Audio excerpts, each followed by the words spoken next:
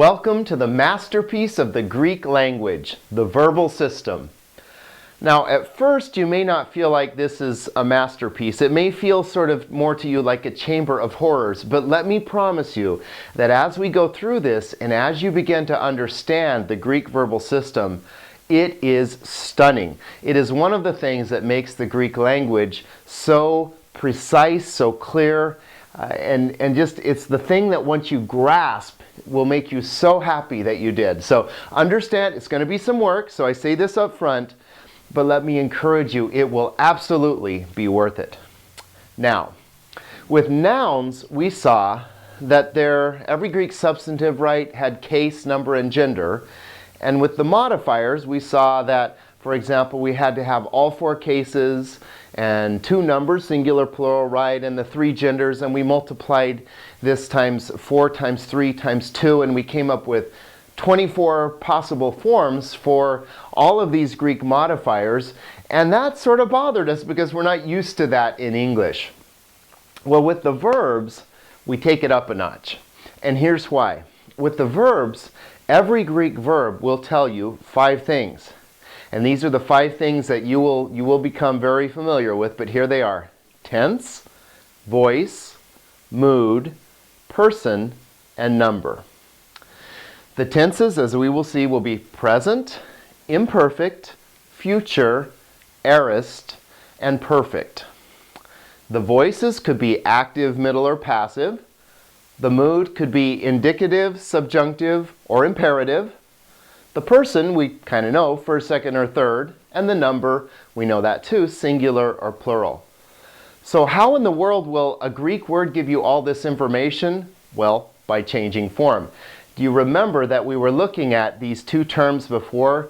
We have this word syntax and this other word morphology. Syntax is the way that the words go together to give meaning. The morphology is the way that the words change shape, the way they shape shift to show you what part they play in the sentence. We saw that substantives change quite a bit, but verbals will change much more because they have to give you a lot more information.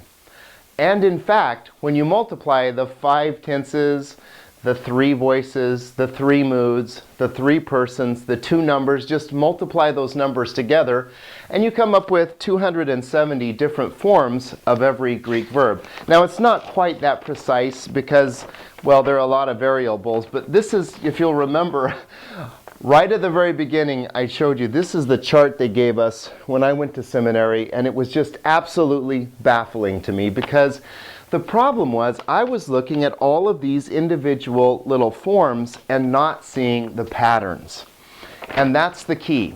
And this is why, even though I promise at first, for most of you, this will feel pretty overwhelming, don't despair. Because just like with the substantives, we saw that there were certain patterns that were very regular throughout all of the substantives. Same thing in the verbal system. So it's not a matter of memorizing 270 forms of every word or something like that. It's a matter of seeing a very manageable number of patterns. But there's a lot new to learn here. There are a lot of words, there are a lot of concepts we have to grasp. It's very doable though, so let's dive in. I mean, at first you might be seeing red. This may make you a little crazy. But as we go, we're going to be seeing green for the verbals, because green for go, green for I get it, green for growth, green for flourishing. That's what it's going to be like as we do the verbs together. So in this video, what I would like to do is talk to you about the syntax. What do these words mean? Tense, voice, mood, person, and number. Let's take a look. All right, let's start with the easiest thing first, number. We get this, right? Because it's exactly the same in Greek as in English. We have singular and we have plural. And English, like Greek, does change form usually to tell you whether something is singular or plural. So we talked before about how you could have a banana or you could have a bunch of bananas. So banana and bananas. Or you could talk about a tree or trees. And so we get it. Things can be singular and plural. Now we have already met the idea of person too, right? Because when we looked at the personal pronouns, we already looked at this. There is first and second and third person. First person singular would be I. Second person singular would be you. And third person singular would be like he, she, or it. And again, we saw this oddity of English, not Greek, but of English, that it adds gender to the mix when it comes to the third person singular. That's the only place, but for whatever reason, okay? That's English. We saw that the plural forms, first person plural would be like we. Second person plural would be y'all, or you, to use proper English. And then third person plural would be they. And we looked at this chart, right, in English, and we see that in English, our pronouns actually decline quite a bit. They change forms, and they don't do it in a very regular fashion, but we're used to it because we speak English. Okay, but you get it. First person, I. Second person, you. Third person, he, she, and it. Voice has to do with the relationship of the subject of the verb to the verb itself. To explain. In the active voice, I might say, I eat. Nothing like an apple, right? Active. Active voice. I am doing the eating. I'm doing the action of the verb. Now, quite a different thing, would you not agree, to be eaten. I am eaten. That would be passive. The verb, the action of the verb is happening to the subject. I am eaten. Not good. I would much rather eat than be eaten, right? Okay?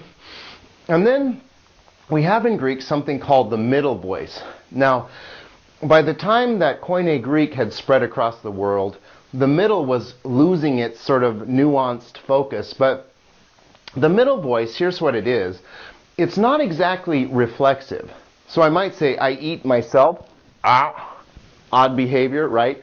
That would be reflexive. The subject does the action to itself. Okay, but the middle's not exactly like that. The middle has something that Bill Mounce calls the self-interest nuance. What it means is that the subject does the action of the verb, but then the ongoing activity comes back and some way affects the subject. You might think of it as sort of like throwing a boomerang. I throw the boomerang, but then it comes around and maybe hits me in the head or something like that. But I do it, but it has impact that comes back and affects me. That's the middle voice. Now, again, it's not a real big deal in the New Testament. Mainly you need to be aware of the active voice. I'm doing the action, right? I eat. Or the passive voice. I am eaten. Not nearly as fun. Now, mood has nothing to do with how I feel, okay? So just erase that from your mind. Mood describes the relationship to reality, okay? As the speaker is speaking, how is that speaker portraying what he or she is saying, okay? So if I say, for example, I am teaching, I'm portraying that as the real thing. That's what's happening right now. Or if I say, I just ate an apple, also, that's portraying things as real. The indicative mood is used most of the time to describe what's happening or what happened or what will happen. It's the mood of reality. It just says, this is what is or was or will be, okay? But now if I shift and I sort of slide over into the realm of possibility or probability or something I wish for, at this point I might say, I wish I had eaten, or I hope to eat, or I really should eat. You see, these are not things that happen. These are things that should, or you hope, or you wish would happen. We use in Greek the subjunctive mood to describe these sorts of things. It's the mood of probability or possibility, the subjunctive mood. Now, we'll look at that more later. I understand right now that may be a little hard to grasp. The third mood that we look at in Greek is the imperative mood. Now this one's pretty easy. It's the mood of command. Like, listen up, right? I command, right? Or wake up, or, I don't know, study, or whatever we say when we command. You know, we tell our children, clean your room, or whatever it is. Sit to the dog. See, command. We get it. Imperatives come easily to us because as fallen human beings, we issue a lot of them, don't we? So imperative mood. So we have the three moods. We have the indicative mood, which describes reality. We have the subjunctive mood, which describes probability, possibility. And we have the imperative mood, which commands. But now here's the big granddaddy of them all, tense. And as we said, there are 5 tenses. Tense in Greek is where things get really interesting when we start to read Greek and start to see the subtle nuances that often get lost in translation. So pay attention, special attention to tense. Okay, now what is tense? Well, tense in English, when we talk about tense, we mainly are talking about time. So there's past, present, and future tense, right? So, I don't know, I ate, I am eating, or I will eat. And we think primarily in terms of time. Greek is different in this way because in Greek, tense has to do with aspect plus time. Now, what's aspect? Aspect is the kind of action. Now, let me try to illustrate that. If I say, for example, I ate, that just says back in the past somewhere, I ate. It doesn't tell me any more information about that. But if I say, I was eating, can you see that what I'm describing with that sentence is an ongoing action? It doesn't just say I ate without telling you anything. It says I was eating, and the picture in your mind is of an ongoing kind of action. That's what aspect is, the kind of action. Now we'll see in Greek that there are 3 primary aspects that we need to understand. The first is undefined. It would be like in English, I ate. It just says it happened, or it will happen, or it is happening. But it doesn't comment. Okay, that's undefined aspect. There is also continuous aspect. That would be in English like I was eating, or I am eating, or I will be eating. But you can see how we have this ongoing idea. That's continuous aspect. And then the third aspect in Greek, which we really don't have a good parallel for in English, is called perfected aspect. And perfected aspect describes something that happened in the past and is ongoing right up till this present day. So, for example, if I say, lots of times in the Greek it will say, we were saved. Well, that just sounds like, undefined to us in English, but if it's perfect tense, and it often is in Greek, what it means is it happened and it's ongoing.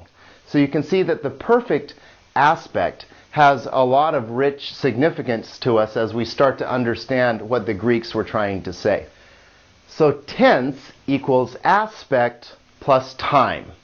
So in other words, when we look at any Greek tense, we want to know when it happened, yes, but that's secondary in Greek.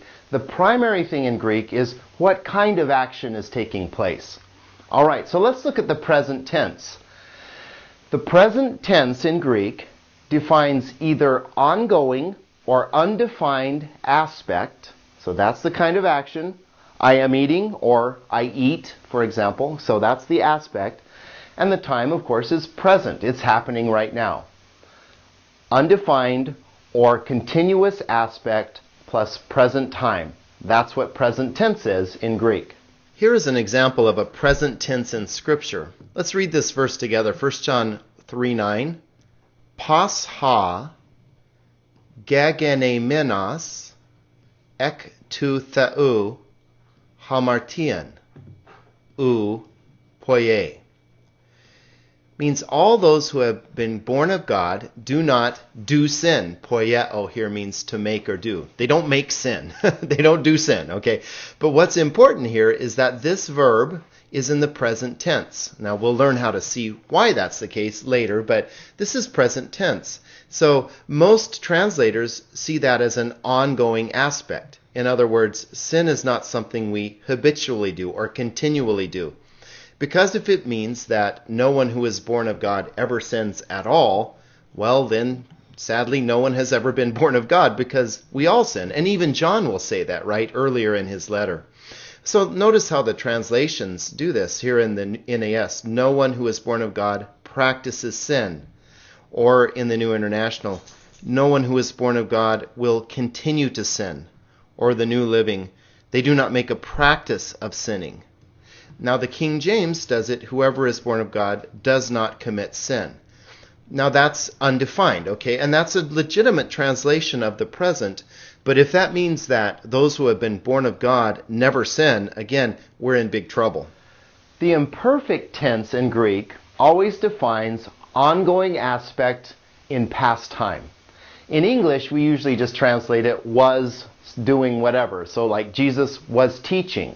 See how that's different than just saying Jesus taught. It describes an ongoing state of affairs. Here is an example of the imperfect I just ran across in Galatians. It's talking about when Peter was with the Gentiles and he was eating with them until certain people from James came and he got uncomfortable and stopped. And Paul didn't like that. But anyway, here's my point. Used to be that Peter would eat meta ton estheon, okay, with the Gentiles. But notice this verb right here. He used to eat with them. Now notice, used to eat, it's not all in there. Why do we translate that used to eat? Because this is imperfect. Again, we'll learn why that is later. But notice that how that's translated. He used to eat because it's imperfect. Notice the King James doesn't translate it continuously. NIV does. The New Living just does say he ate, which I think is not quite as exact. Because this is imperfect. It's implying that this was his practice. This is what he used to do. It was an ongoing habit, not just a one-time event. The future tense in Greek defines something in future time, no surprise there. So the time is future. The aspect is undefined.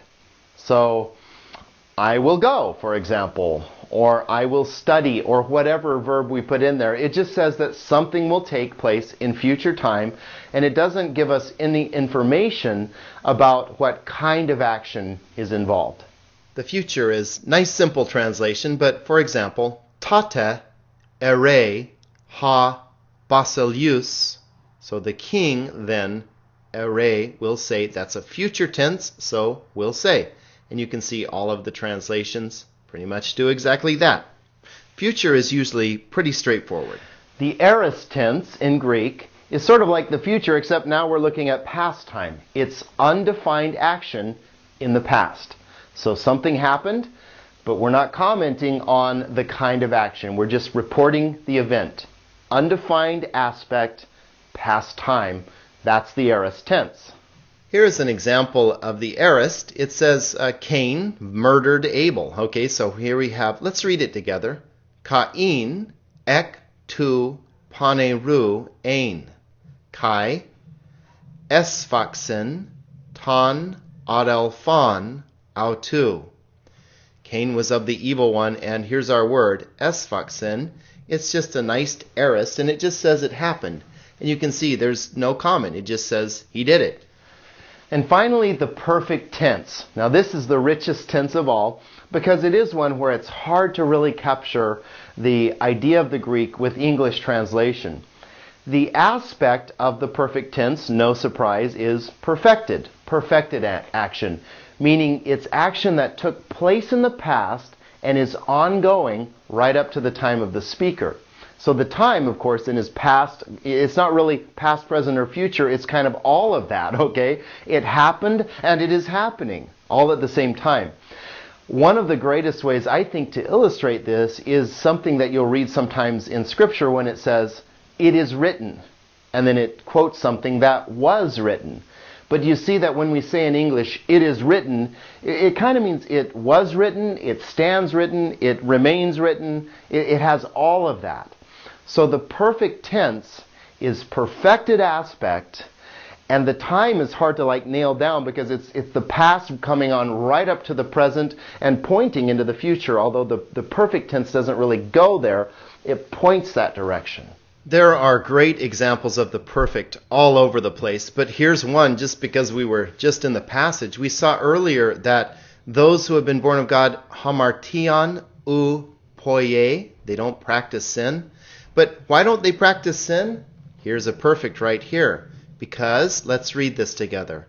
Pas, ha, ge, gen, e, menos, ek, tu, theu. Now this word right here, ge, gen, e, menos, is perfect tense. So you'll notice that the translations translate it, no one who is born of God, or whosoever is born of God, or no one who is born of God, those who have been born into God's family. Okay, but those don't really capture the full weight of this perfect tense. To be born of God means that something happened in the past which is ongoing in your life, which then works out into the way that you live, right? So what's being described by this perfect tense is so much more than just something that happened in the past. Gegenemenos. So as I said, the perfect tense is really rich. So there you have it. That's the syntax. Tense, voice, mood, person, and number. And what you need to be sure that you can do is to fill out this chart, to know what the options are here, and to have some idea at this point what they mean. Obviously, as we go forward, we'll begin to understand this more fully. But with tense, what are the options here? Remember, there are 5 tenses. It might be present, imperfect, future, aorist, or perfect tense. Those are the 5 tenses. What are the 3 voices? Active, middle, and passive. Pretty easy to remember. Remember, the voice has to do with whether the subject is doing or receiving the action. That's active and passive. And then the middle is that self-interest sort of nuance. It comes back and hits you, okay? So we have tense, we have voice, and then we have mood. Now, what's mood again? Angry? Confused? No. Mood has nothing to do with how you feel. Mood has to do with the relationship of the language to reality. Okay? So remember, the indicative mood describes things as they are.